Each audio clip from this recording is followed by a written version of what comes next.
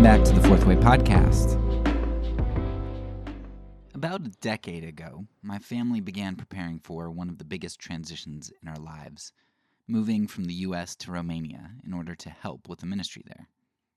Unfortunately, we had to move back to the States about a year ago, and our hearts have been reeling ever since because none of us want to live here in the States, and we all desire to be in Romania. And that is a double-edged gut punch right there. Not being where you want to be, and being somewhere where you don't want to be. And that move has also had a serious impact on my ability to spend time podcasting, as I now spend 13 hours a week just commuting to work. You gotta love American infrastructure and commuter culture, right? Nevertheless, we are thankful for the time that we had in Romania and all of the lessons that God has taught us on that journey. It's better to have loved and lost than to have never loved at all, right? I've already shared a number of insights that we gleaned from our experiences, and I'm hoping to be able to share a bunch more this season, as being pulled out of a culture often gives one eyes to see the water that they were swimming in, of which they never really took notice before. And now that I'm entering American culture again, I want to draw from the lessons I've learned before I acclimate to the water once again. But beyond merely being pulled out of the American culture over the last decade, I feel as though God has been pulling me out of the culture of the world more. Or at least he's been trying to pull me out. I'm kind of resistant a lot of times. More and more, I feel like I'm living, or at least desiring to live out, God's kingdom culture. I feel like I have new eyes to see the world, even if my heart and my feet lag behind. You can just take a look back through the seasons of this podcast and get a feel for this transformation. Nonviolence, consequentialism, abortion, just war theory, Christian anarchism, abstention from voting, propaganda. I mean, most of what God has been drawing me away from is that with which our culture is enthralled. Violence, war, empire, marketing, results. I mean, the list just goes on if you go back through the seasons. My cross-cultural lens, then, is not merely on a global scale. Rather, it's on a multi-dimensional scale, right? A spiritual scale as well. And it's with these multicultural and multi-dimensional experiences that I want to present to you in this season what might be the most extreme and difficult case I have presented up to this point in the show. I want to present to you, and to myself, the case for simplicity. And I say present this to myself in all seriousness because it's a topic which I find is the hardest to live out. Even harder, I think, than nonviolence and enemy love. About 10 years ago, my wife and I believed that God was calling us to serve in Romania. And God had been doing a lot to prepare our hearts for service in the years prior to this, namely, in giving us hearts to help the poor. There was a lot that moved us towards pursuing full-time ministry, but one of the strongest driving forces that pushed us towards moving to Romania was the fact that it was so difficult to do ministry here in the States. My wife and I each had a full-time job, and we had just had our first child. We were exhausted when we got home from work. Our child needed our attention, and taking care of other obligations around the house ate into most of the rest of our time. I was serving on the church's diaconate, and my wife was on the missions committee. There was hardly any time left to do anything with each other and our family, let alone with friends or doing things that we wanted to do. We couldn't be present in the lives of most in our church, let alone those in our community. We were spent but unfulfilled because we wanted to pour ourselves out. We wanted to pour ourselves into the ministry, but the way that we were being emptied and what we were pouring ourselves out into was just vacuity. It was this vacuum, this nothingness, this vanity. So when the opportunity arose to serve in Romania, we jumped at the chance. In order to get to Romania, however, we had a lot that needed to be accomplished. Namely, we had to pay off our house, school, and car debt. So while we maintained our full-time jobs and ministry positions, we also started to support raise. I have no idea how we added any more to our plate, but we did. And it was exhausting. but we were working for God, right? One weekend, we were visiting a church, a little small church out in Iowa, and the pastor read a verse from Revelation 14:11 that struck me to the heart. Speaking of hell, the verse reads, quote, "And the smoke of their torment will rise forever and ever. There will be no rest, day or night, for those who worship the beast and its image, or for anyone who receives the mark of its name." End quote. That really hit me. I was working hard. I was busy. I was exhausted. And that felt good, right? I'm doing the Lord's work. I'm doing good. I'm working hard for my family. I'm making a living. Protestant work ethic, right? And whenever I greeted others at church with platitudes, "Hey, how's it going?" the response was almost always, "Oh, busy as usual," said with a chuckle. We were all exhausted and all without rest, and laughing about it, when being without rest is a primary descriptor of hell. One could turn also to Isaiah to see this hellish concept. Isaiah 57:19-21 says, "Peace, peace to those far and near, says the Lord, and I will heal them. But the wicked are like the tossing sea which cannot rest, whose waves cast up mire and mud. There is no peace, says my God, for the wicked." Or we could turn to Matthew 11:28-30, where Jesus says, "Come to me, all you who are weary and burdened, and I will give you rest. Take my yoke upon you and learn from me, for I am gentle and humble in heart, and you will find rest for your souls. For my yoke is easy, and my burden is light." There is no rest in hell, but in Jesus there is peace and rest. Yet our road to Romania, towards what we perceived as God's will for us at that point, was paved with self-inflicted sweat and blood and exhaustion. In that 1.5-year journey of support raising to go to Romania, God had to teach us to rest. He taught us that our family would be destroyed if we didn't rest. And so we instituted a weekly Sabbath on which we would plan nothing else except family time. He taught us that when we pushed hard for support, we got nothing except familial conflict, exhaustion, and bouts of depression. But when we sat back in faith, God provided.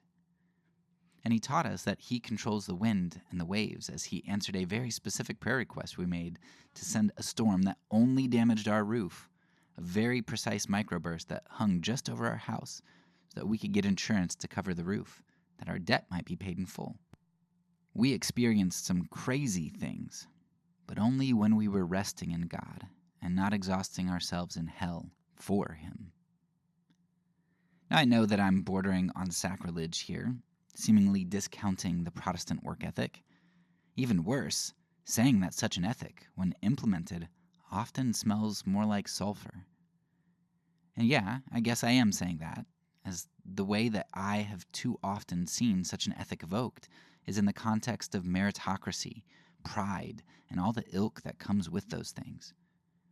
There's a big difference between working hard for God, in line with him and his desires, and working for him. If you take on the yoke of Jesus, you are connected to him, and where he goes, you go. You work in tandem, on the same task and in the same direction, with him easing the load as he walks alongside you. But when you work for someone, it's easy to actually work against them by defining the goal or the pace yourself. I mean, I think of the older brother as a prime example of this when you think of the story of the prodigal son. Right? The older brother worked for his father, and he was always there, always doing what he was supposed to do. But what you find at the end of the story is that while he had worked for his father, he was actually pitted antithetically, like against him, against his purposes and his will. So for and with are two very different things.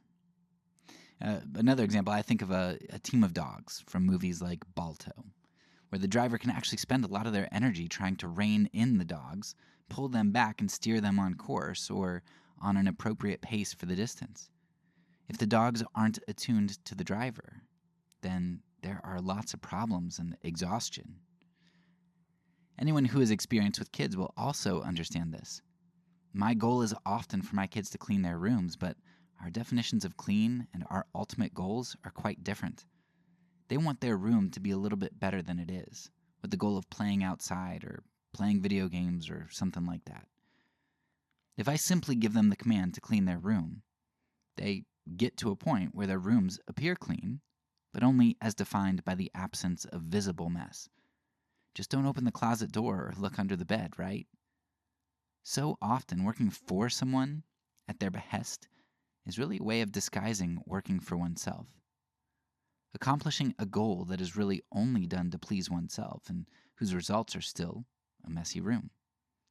In the case of kids, it may be doing a job quickly so they can play something they want, or doing a job with the least amount of effort while receiving an allowance. For Christian nationalists, it may be the idea of implementing God's morality, a morality conveniently picked clean of anything that would impose on them, and the implementation of what would bring them prestige or keep their power. And while they may create a nice-looking nation, for themselves anyway, they stuff all the dirty laundry in the ghettos and in their shithole countries where they came from. The room is still messy, and it's going to have to be cleaned sometime. The arc of the moral universe is long, but it bends towards justice. The room's going to get cleaned sometime. And the longer it goes without being cleaned, the more difficult the problem really is. Because if you've stuffed all of the dirty laundry under the bed and into the closet, the next time that room fills up and appears dirty, you've got nowhere left to stuff it. Maybe another place we see this concept of working with rather than working for is when Jesus says that he who is not with him is against him. And compare this with Jesus telling those who have prophesied in his name or healed in his name to depart, for Jesus never knew them. They had worked in the name of Jesus, for Jesus, but they had not worked with him. Their wills and their actions were not in line with Jesus' work, so they're judged, even though they looked like they did the right thing. For and with are very different, and the for doesn't matter apart from the with. This is going to be a huge concept to understand throughout the season, so rewind it and note it, and we'll come back to this again and again. Or if you go listen to the Consequentialist season with this in mind, that's essentially my whole argument, right? Doing something for God can be actually doing something against God.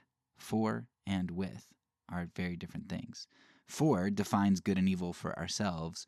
With allows God to define it, both the ends and the means. For is not the same as with. So what does all this have to do with the concept of simplicity? How does bearing an easier yoke, as Jesus promised, how does resting rather than working at times, how will that inform our discussion on simplicity? It gets its simplicity and good because simplicity in every sphere is, at its root, a relinquishing of one of the currencies of life, of those things which seem to give us power and control in the world. It's a relinquishing of these things, time, money, social capital, etc. Not throwing them away, but relinquishing their power into the hands of God for his use. Or, if rather than view it negatively as a relinquishing, we might say that it's a recognition of God rather than counterfeit powers as that which is good, meaningful, and effective in the world. Simplicity is the admission that God is king and we are his servants. It is the recognition that the good is good alone, and we should pursue it without any doubleness of mind, as Kierkegaard has shown us. It is God who empowers us for the victory, and the good is victorious and always will be, even if it doesn't seem like it in the short term. It is God who fights our battles. It is God who owns the cattle on 1,000 hills and will provide all my needs. Therefore, I can relinquish. I can hand over my time to do that which is faithful rather than seek to leverage my time for more power, more money, more social standing, or more renown. I can hand over my money because God's surplus is unlimited, and He will provide me with what I need, even though that might require me redefining what need means. I can hand over my social capital and maintain my integrity when the rest of the world goes down the evil path, because the only standing that matters is my standing with God. But we humans, we love to complicate things that are easy and good. We can't stand simplicity. To avoid the conclusion of simplicity, we usually complicate things. And we do this out of self-interest. We complicate the simplicity of the good, I think, for probably a multitude of reasons, but at least two that come to mind. First, we love to make the good complicated to excuse ourselves from seeing it, because that way we don't become obligated to enact it. It's hard to relinquish that which we think is ours, and it's hard to relinquish that which we think will provide us with power and pleasure. We want to avoid the demands of simplicity. The other way we complicate simplicity of the good is through addition and formalizing in order that through bureaucracy and red tape, through complexity, we can make it appear as though we have done the good. When we formalize the law and build hedges around it, we then become the creators and interpreters of it to wield how we will. The Pharisees exhibit this method very clearly in the New Testament when Jesus is constantly telling them that, "You have heard it said, but I say." They had formalized all of the laws so that they could control the wealth and prestige that they were supposed to relinquish, but didn't. Codifying rarely gives power to the reader, and more often is that which empowers the codifier. I actually wrote a short little article on this concept earlier, which I'll link in the show notes a little bit. But I want to pull out something here that I think maybe elucidates this point a little bit. And I'm not going to be able to say this guy's name, but this guy, like Voltairine Declare something, he said in one of his books, he said, quote, "Make no laws whatever concerning speech, and speech will be free. So soon as you make a declaration on paper that speech shall be free, you will have 100 lawyers proving that freedom does not mean abuse, nor liberty license, and they will define freedom out of existence." So, and I talked about this quote in relation to Orwell. Orwell had a book on the English language and kind of the way that we manipulate things, where they essentially talk about the idea that to name something or to define something is actually to have power over it. And so that's one of the things that we love to do with this idea of simplicity. God's good to love, right? We complicate it and we formalize it and all kinds of things so that we can then define it and say that we're doing the good. So where does that all leave us then? Is my argument for simplicity, is that really going to reduce to, hey, just relinquish everything? So when I introduce the term simplicity in relation to economics, you might think immediately that I'm just going to argue that we should all live as homesteaders or Amish. We should just give up everything. Or in relation to technology, we may think of simplicity as implementing rigorous standards against all entertainment and technology. Once again, like the Amish, maybe like certain Amish sects, get rid of all electricity, right? Is that what I'm saying? Am I advocating that there be no video games or televisions in the home or community? Not necessarily, but we do probably need to talk through some pretty difficult and controversial things. And the truth probably looks a whole lot more like those things than it looks like the way that we're living now. What's important to consider right now, though, is the tendency to caricature and dismiss simplicity and the good. That can't be what simplicity looks like, we say, as we resign ourselves to solipsism, this resignation that we just can't really know what the good looks like in regards to simplicity. If we feign ignorance or inaccessibility to knowing, then we can define the good for ourselves. Ironically, we excuse our inability to know the good by referring to its complexity. Yet when we establish our definitions of the good, we rigidly judge those who transgress it because we think that the good can be known. The good is hard to know when it's being asked of us, but is blatantly obvious when we ask it of others. What is it? Is the good simple, or is it complex? Or is it just convenient? And this is exactly what the Pharisees did, isn't it? They asked simple questions with huge ramifications like, who is my neighbor? I can't know that. Acting as though such answers were logically or spiritually complex and difficult to deduce.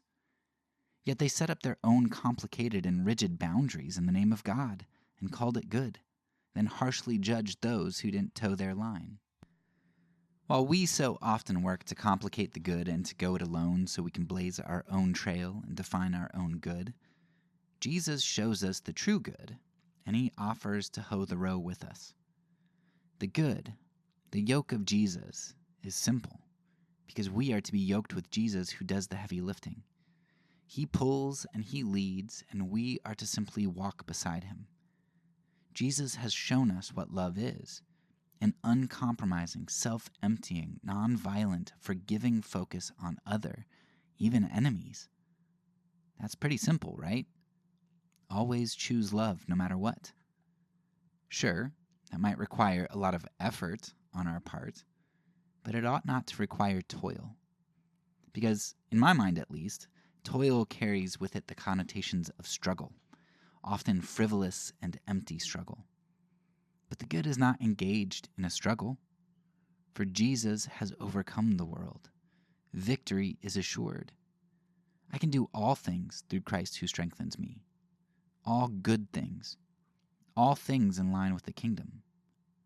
Jesus won the war, and we are now in the proclamation stage, declaring both with our mouths and with our actions that Jesus reigns as king now. Not just over the whole cosmos, but even over me. And his reign is not despotic, but liberating. He simplifies my life, and he helps me to live an unencumbered existence that can choose the good always. I don't have to microanalyze every action or figure out ways to justify evil in order to grasp at power and control. Jesus is my victory and my strength, and allowing his reign to demonstrate itself in my life is life-giving. Not just to me, but to those who hear and experience my tangible proclamations of the victory of the good, the gospel. But the problem with proclamations is that they inherently are without force and display. To proclaim that the good is victorious, or to do something like love one's enemies and refuse to return evil for evil, they're often perceived as proclamations and actions done out of naivete. Proclamations are important on their own. Their force comes in the truthfulness of the claim, which lies in the authority and capability of the source for the proclamation. One must believe both in the power of the source for the proclamation, as well as in the credibility of the representative who speaks on their behalf.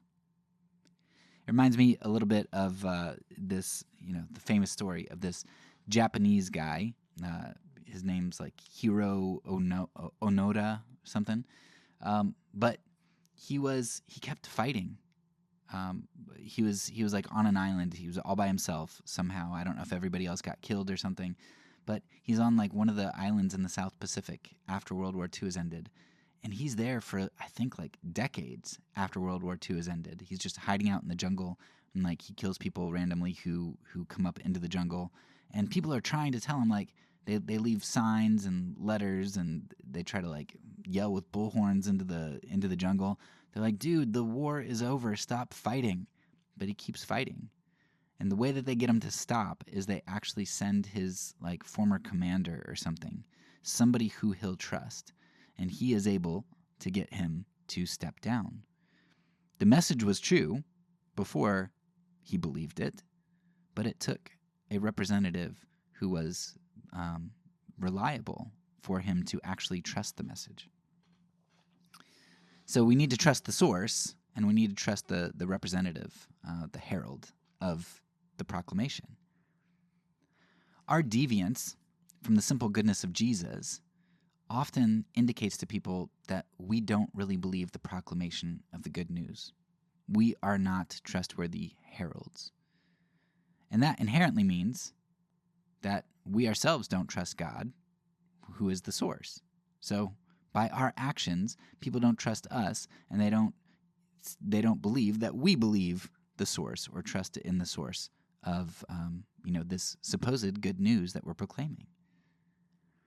Our actions in refusing to do good and in our proclamation of the gospel, that ends up not being good news to people, or at least not the best news. Now, the gospel, the good news, the simple message of Jesus so often has rivals, and we are often those rivals. In this season, we are going to talk about some of the rivals to simplicity and the good. And we're going to make the case for you why you should simply embrace the good.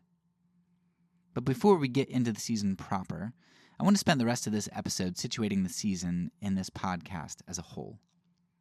And second, I want to outline where we're going to go this season and what you can look out for. So first, how does simplicity fit into a podcast that focuses on nonviolence? I think the book of James may answer this question most clearly and succinctly for us. James 4, 1 through 10 will be our theme for this season. And if you get these verses, I think you're going to get everything. James says, "What causes fights and quarrels among you? Do they come from your desire that battle within you? You desire but do not have, so you kill. You covet, but you cannot get what you want, so you quarrel and fight. You do not have because you do not ask God. When you ask, you do not receive because you ask the wrong motives, that you may spend what you get on your pleasures. You adulterous people, don't you know that friendship with the world means enmity against God? Therefore, anyone who chooses to be a friend of the world becomes an enemy of God. Or do you think Scripture says without reason that he jealously longs for the Spirit he has caused to dwell in us? But he gives us more grace. That is why Scripture says, God opposes the proud, but shows favor to the humble. Submit yourselves then to God. Resist the devil, and he will flee from you. Come near to God, and he will come near to you. Wash your hands, you sinners, and purify your hearts, you double-minded. Grieve, mourn, and wail. Change your laughter to mourning, and your joy to gloom. Humble yourselves before the Lord, and he will lift you up." Yes, this is a podcast that focuses on issues of nonviolence. But nonviolence isn't simply vowing to avoid doing violence oneself. To combat violence, one has to know from whence violence springs forth, not only out there in the world, but as it springs up within our own hearts. Conflict resolution and conflict prevention are the best methods of nonviolence, and that prevention begins within our own hearts, by embracing the simplicity of Jesus' way and allowing his rule over our own lives. Throughout our seasons, I've made a positive moral case for nonviolence, a negative case against violence and warfare, and I've made a pragmatic case for how to implement nonviolent action. But we have also spent a season looking at consequentialism, a morally bankrupt but popular ethic that causes us to forsake the path of the good. We have also looked at propaganda and lies in order to better understand how we are enticed to believe ill towards others, or haughtily towards ourselves or our groups. False beliefs which can cause us to either become complicit in or willfully ignorant to the commission of atrocious violence. Violence is not an independent act. Rather, it is a deeply rooted act with many branches and much fruit. Simplicity, or the lack thereof, is possibly the deepest root of them all when it comes to the origin of violence. It reminds me a little bit of when I was up in Minnesota visiting some family. Right, we went to this place far up north, and it is the very beginning of the Mississippi River. And what's crazy is when you go up there, you can actually jump over the Mississippi River. You probably even step over. You just step over the Mississippi River. And if you've been down south, like more towards, Louisiana and stuff, and you have seen the full force of the end or the middle of the Mississippi River, it is unfathomable to think about jumping over that river. But you can do it where it starts. It's tiny where it starts, but where it flows to and as it moves down towards the ocean, it grows. And that's so much like this idea that James is getting at. What is the root of violence, right? Violence doesn't just happen. And Jesus says the same thing, right? Hatred is akin to murder. Why? Because one's just the source, and the murder is just the outflowing of the source that continues to flow. So James, I think, perceptively, accurately identifies fights, wars, or struggles as tending to rise from our desires. Most of our minds immediately focus on wealth, and if you think back through history, right, land, which equated to wealth, right, wealth and material goods are desires which often lead to violence. We know that violence and poverty are often also very closely linked. When people are poor, their communities tend to be fraught with violence for a variety of reasons, a lot of them centered around their resources and around injustice. But if you have gone through my season on government and propaganda, then you'll know that violence and wealth are very closely linked, not just violence and poverty. They're actually not very well linked for us by those in power, right? They don't want us to think that poverty causes violence. They want us to think that poor people are violent, right? That's why they're poor, because they make bad moral choices, that whole idea of meritocracy. And so in the media and in our histories, we aren't really shown the link between poverty and violence too much in that way. They don't want those things to be linked for us in our minds. They want us to keep the conclusion that riches lead to justice because good people tend to be rich, right? It's the good people, the frugal people, who tend to be able to make it rich. And they want to keep the idea that riches lead to injustice very far from our minds. And that's why the link between violence and wealth are written out of our history and out of the media as much as possible, so that we don't make that connection. But causally, they're very, very related. Empires and the rich are made and fueled by violence and exploitation, the extraction of others' time, the extraction of others' resources, the exploitation of others' bodies. But the extraction of the rich on the world is really a devious one. It used to be that when a dentist extracted a tooth from your mouth, a small tooth, tiny tooth, one little tiny part of your body, your whole mouth would hurt, and the pain could be unbearable. It could control you. If you've ever been in need of a root canal, you know how debilitating a toothache can be. Despite the localized pain of a tiny part of your body or of a tiny wound created by the dentist, your whole body and mind could suffer. It would be all you could feel and all you could think about. But that was all before anesthesia, of course. To save your body and mind the trouble of being weighed down and controlled by such a small part of your body, the dentist can give you anesthesia.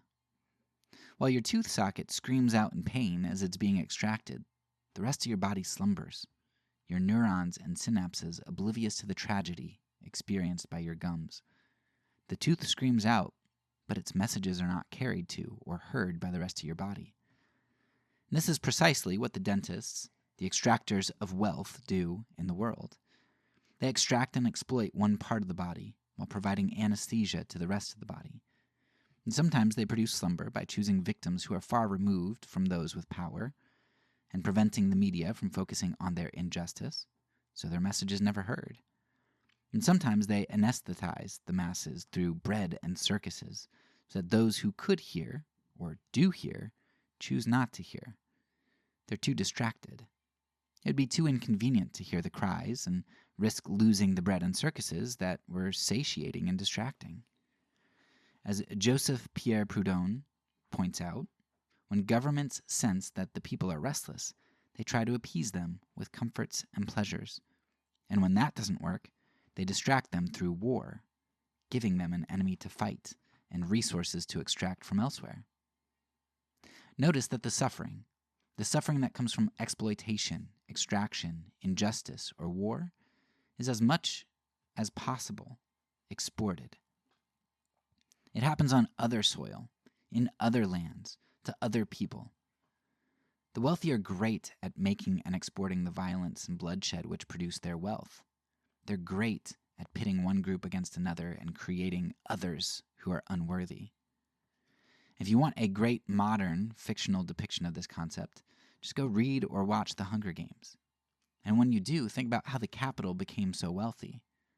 Only a few in the capital are really living it up, and many are actually struggling. You can see this in the newest prequel, Songbirds and Snakes.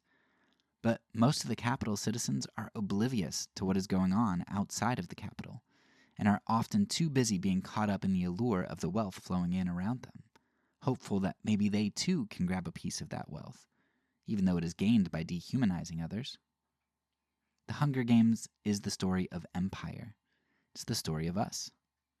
The rich and the comfortable protect each other and refuse to do violence amongst themselves, and rather exploit, domineer, enslave, pollute, violate, and kill those in defenseless communities, in impoverished communities.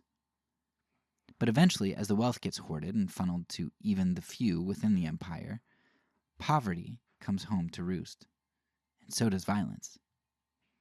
But whether it's the poor or the rich who do violence, this violence that is birthed comes from desires. The poor desiring that which they need, or to close the inequity gap between them and the rich, and the rich doing violence out of a desire to acquire more while protecting that which they've already successfully hoarded.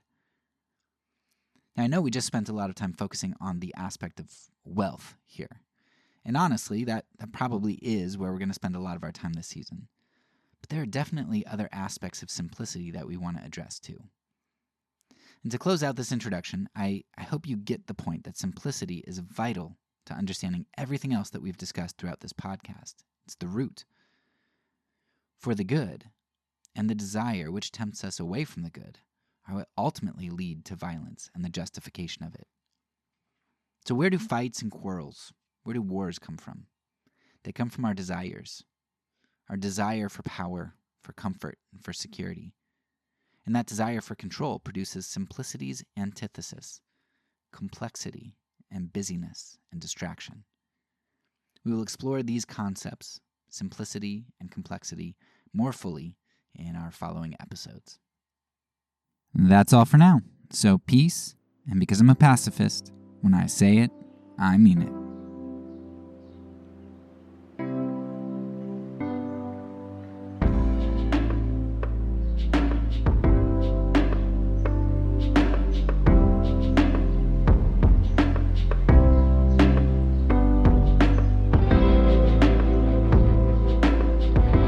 This podcast is a part of the Kingdom Outpost Network. Please check out the links below to find other great podcasts and content related to nonviolence and kingdom living.